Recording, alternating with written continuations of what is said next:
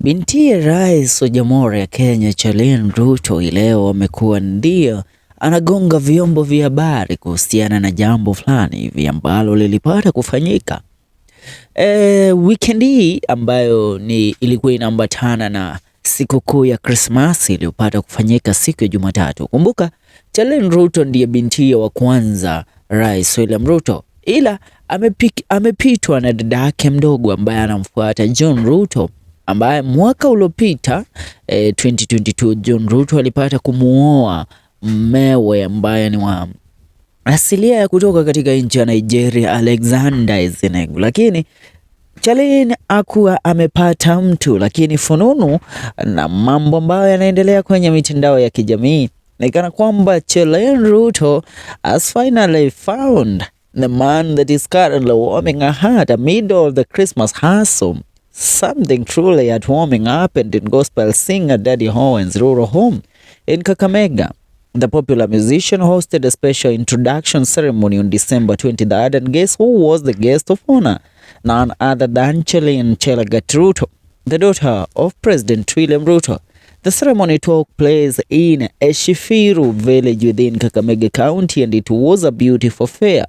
Cherlene got to meet Daddy Owen's mother, Margaret Mwatia, and the joyous occasion was attended by a select few celebrities, making it a memorable day for Daddy Owen.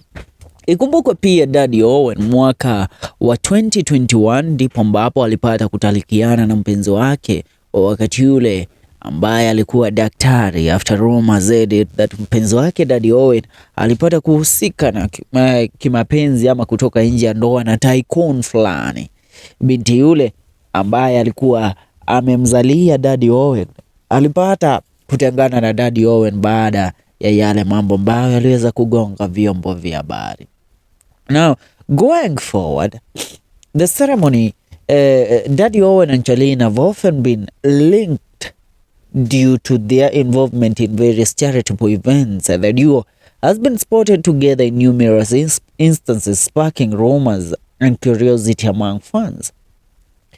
For this special day, Cherlene looked radiant in a red dress, dancing to the lively tunes of Luhya songs, surrounded by cheer for women. Kumbuka pia William Ruto alipata kumtoa binti mkewe that is Rachel Ruto kule Luhyaland. So kumwoza binti ya Luhyaland, it's not some kind of a big deal. Daddy Owen looking dapper in a brown and black designer shirt paired with a black hat handed his style to the celebration.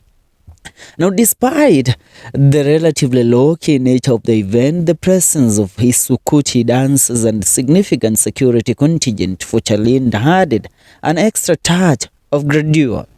The connection between Daddy Owen and Cherlene has been the subject of speculation, especially after the gospel star shared photos of them playing basketball in November this year.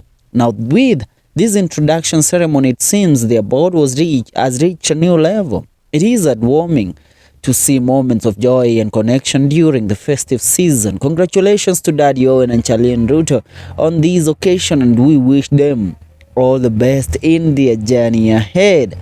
Whether it's Rorashio, but huwezi niambia unapeleka mtu kumuintroduce, unamuintroduce mukafanya nini ingine. Now that's what's up. It's among the trending stories in the country right now. I bet we shall be more, and we shall be unveiling more come here 2024 in regarding to the duo. So right now I ask you to stay tuned, and this usisahau, hapa ni ndani ya FM show. Mimi ni FK Mwenda, na kwambianga kawaida, your information and updates is our business.